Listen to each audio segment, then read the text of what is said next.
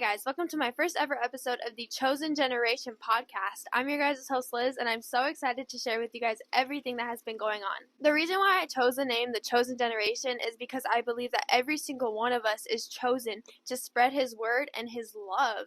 I believe that this generation will lead so many more people to Christ than it has before. I'm so excited for the things that the Lord is going to be doing in all of our lives, and I'm so excited for this episode. This episode, I'm going to be sharing with you guys my testimony. It is not the most exciting testimony, and I'm so thankful for that. I pray that my children will have the most boring testimony ever because I planted that seed in them and they will be so on fire for God by the time that they are my age. As some of you guys may know, I have been sharing words on my private Instagram of what the Lord has been speaking to me, and I've been praying to the Lord for the courage and the confidence to be able to share these publicly. This week, I have been praying to the Lord about this podcast. I ordered these mics and I was praying and I said, Lord, please give me a sign if this podcast is truly what you have for me, if this is something that I should be doing. And at work, I found this tripod, which is holding up my phone, and I was like, oh my gosh, what a coincidence. What a coincidence.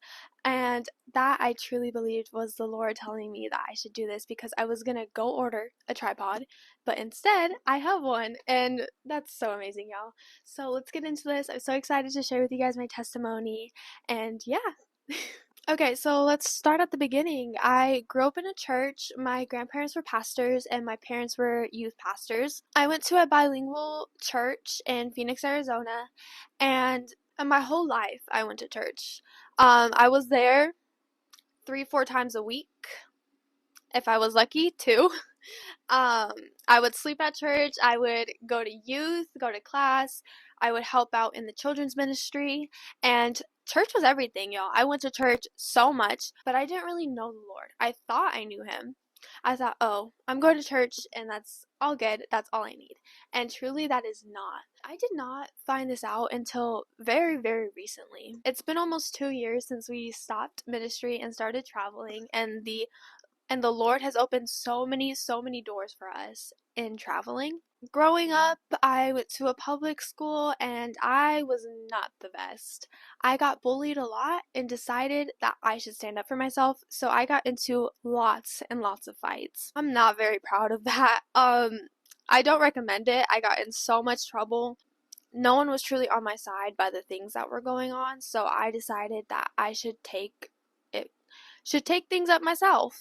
Teachers and adults really truly don't know what to do with children, and yeah. So once I got to high school, it was truly a very, very confusing time. I believe that high school is definitely everything is about sexuality. Everything is sexualized. Us women are sexualized by the things that we wear. Sexuality was just a big confusion for honestly everybody. They're like, oh, you should be with a girl, you should be with a guy, all these things, and I'm like, dude, hold up, what is going on here? And that was truly a struggle trying to figure out where I was going to fit in high school, who my friends were going to be, who I was going to be. And I did know everything about sin. I knew what was right and what was wrong. But yeah, I still felt like, oh, I'll be fine. So I did struggle a lot with cussing. If you hang out with someone so much, you will start to learn their vocabulary. And since it's high school and middle school, everyone cusses. It's truly very hard to find someone who doesn't cuss. And honestly, if you don't cuss, you're kind of weird. That was kind of just like the whole thing. Like, oh, I don't cuss, you're kind of weird. Like, that was the environment of high school. Yeah, I did struggle with that. And starting, I think my sophomore year, I started going to this amazing camp, which this year's my last year, and I'm so excited to go. And that's where I feel like the Lord truly, truly was trying to open the door for me, and I didn't see it. My first year was amazing. I had this lovely, lovely glow. I was so happy. I was like, oh my gosh, this is going to change me forever. I was so happy. And then I went back to my worldly self, my worldly relationships and friendships, and I was like, crap. Well, next year. So then the next year is when kind of everything just went crazy. I did struggle a lot with boyfriends and male validation. In high school, I did have like 3 boyfriends, and they were honestly one after the other.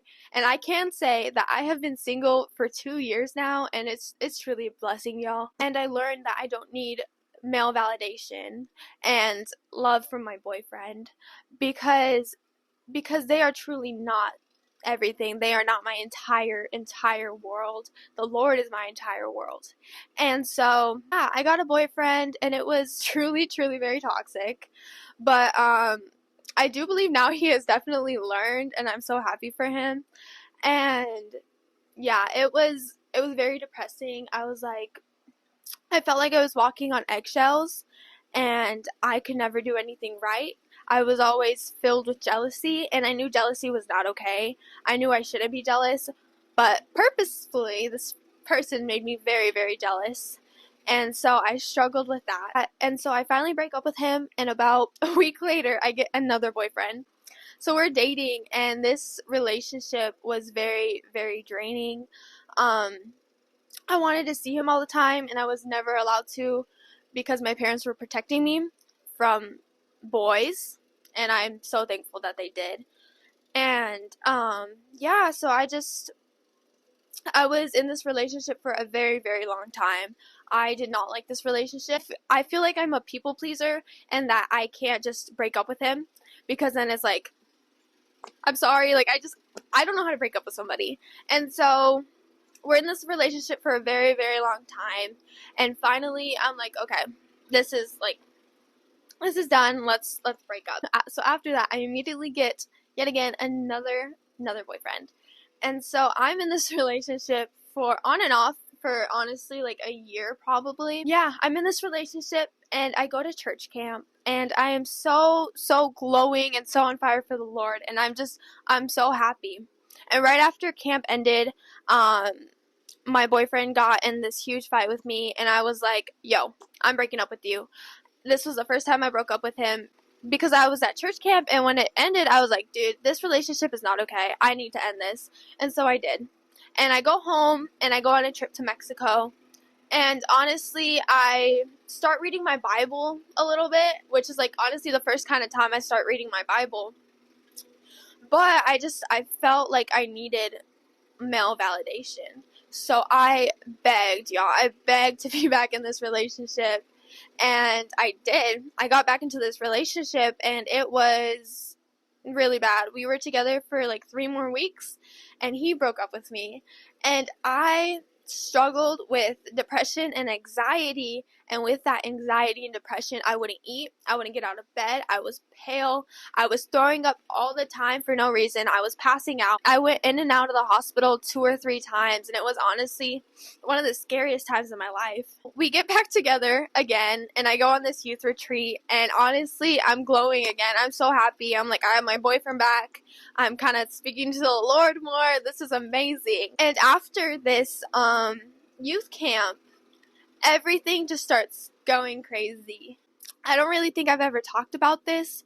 My beautiful, lovely aunt, I still love her so much, and I wish the best for her. She decided she kind of just had enough with our family and her husband, and she decided she wanted to leave. And I didn't know what was going on. Everything went so downhill from there. She said some things about my family that are truly irreversible, but I forgive her. I love her so much. I wish her the best. So yeah, she ends up leaving, and we had, at the time, we had this yogurt shop. My family owned a yogurt shop, and I was working it by myself. Very long 12-hour shifts. And it was very stressful. But I went to work, so I didn't have to be at home depressed. And then I kind of just gave up. I was like, I can't do this anymore. We closed down the yogurt shop, and my dad and my cousin get this opportunity to start traveling. So September 2022 is when we finally started traveling. nonstop, y'all. We are still traveling to this day. I went to New York, and then right after, a week later, I went to Universal Studios, and then a week later, I went to Flagstaff. Then a week later, I went to Disneyland, and then Mexico, Mexico, Mexico. If y'all know me, I go to Mexico so much. I actually live there currently, and yeah, I'm just traveling. So work starts slowing down, and the only places we're traveling is just Mexico, and I was like, I'm gonna talk to my boyfriend again. And so we talked for a little bit, and I'm like, no, this is not okay. And after that, I decided to dye my hair red and sneak out of the house for the very first time and get very, very drunk. And I did, in fact, get the cops called on me, y'all. It was a very, very weak moment for me. After that, I really realized that I should be changing who I am. And yeah, I get ungrounded. I kind of go back to my old ways, but I'm like, no, like the friendships that I had before, I was like, they were kind of just dissolving, and I was like, oh, this is it. This is something good. And so my brother graduates high school, and June 1st, 2023, we start traveling yet again. We are on the road. We go to all of these beautiful, beautiful places. Utah, Mount Rushmore, Yellowstone, Montana. Y'all, Montana is beautiful, gorgeous, y'all. And then we get to my church camp. This year was something different. I really truly felt the Lord. I felt like the Lord was definitely telling me, Liz, stop glowing at camp, and then once camp ends, just dissolving your relationship with me. And I was very lucky this year to stay for a whole month. So camp ends, and I'm glowing, and I am with my friends, and this last summer was truly an amazing summer. I'm with my friends for a whole month, and we are doing Bible studies, we are praying, we are praising the Lord. We go to a Christian festival, and it was amazing. And so yeah, I leave my friends, and I start traveling again, but this time I start getting into the habit of praying. Either when I wake up or when I go to sleep. Just praying once a day at least. And I feel like that was definitely something the Lord told me that I should be doing. I start praying for a long time. I'm still traveling in and out of everywhere. I'm mostly on the East Coast most of last year. I finally get home to Arizona, and I get into this very amazing friendship, and they are like, Liz, the Lord has a calling for you. The Lord is telling you, Liz, you need to be full on fire for me. And I'm here thinking, what? No way. No way. And so November of last year is when I fully decided I should be on fire for the Lord. I start reading my Bible. I stopped cussing. I think summer of last year was when my cussing dissolved. Like I stopped cussing. I started to dress a little bit more modestly. I was praying. Day and night, every single day, when I wake up and when I go to sleep. And yeah, I was reading my Bible, and it was amazing. And I was getting more and more into the habit with the Lord. Starting January 1st of this year, I stopped listening to the sad worldly music and started listening to only Christian music. And so yeah, He's convicted me in a lot of things, and I've changed a lot of things.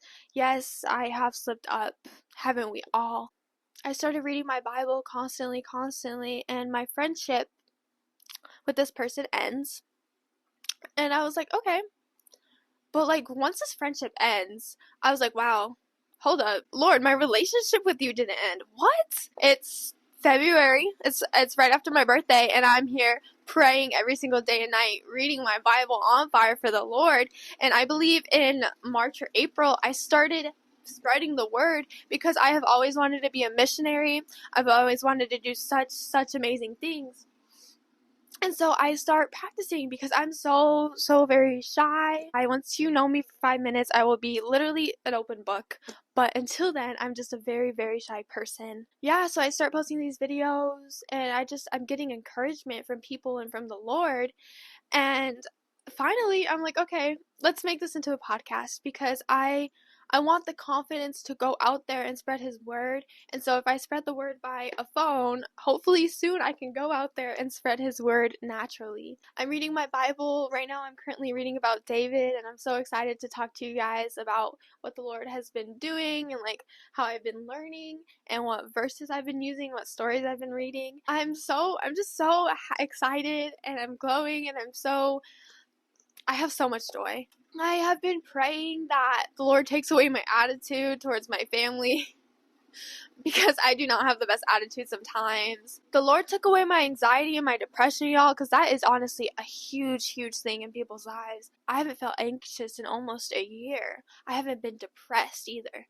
And yes, I have some moments where I'm sad, but then I pray and I'm like, dude, what was I sad for? I'm here talking with you guys, and I'm so excited for the things that the Lord is going to do in my life and your guys' lives. So yeah, that's my little testimony. I'm so excited to go to church camp this year. It's my last year, which is kind of sad, but I'm so excited next year to volunteer. And yeah, so I just wanted to share with you guys what has been going on in my life. Just to remember to never stop praying, because the Lord will speak to you. I get these little voices in my head telling me, Liz, don't do that. And I'm like, okay, Lord, like, your self-conscious is most likely the Lord, y'all. If it aligns with the Bible, y'all, it's the Lord. It's the Lord. If it aligns with the Lord's word, it is the Lord. It's definitely a journey. It's definitely a struggle to be on fire for the Lord. But once you are on fire for the Lord, you cannot stop. There will be moments in your life where people send curveballs, and you will have those moments where it's so hard. But if you stay on fire for the Lord, those moments will feel like nothing. I'm so happy that the Lord took me out of these toxic relationships, out of these toxic environments, because I feel like if I stayed where I was at, I would have never found Him. He works in mysterious but miraculous ways. That's my testimony. I'm just glowing, and I'm so excited, and I've just made so many good friendships. So yeah, thank you guys for joining me. I'm so excited to share with you guys my video next week. I have a special guest, and she's going to be sharing with us her testimony. A week after that, she will be sharing with us a word. So I'm so excited for you guys to see that. I hope you guys have an amazing week. Remember, it is about your relationship with the Lord and not just going to church. So yeah, I hope you guys enjoyed my first ever episode of the Chosen Generation podcast, and I will see you guys next week. Bye!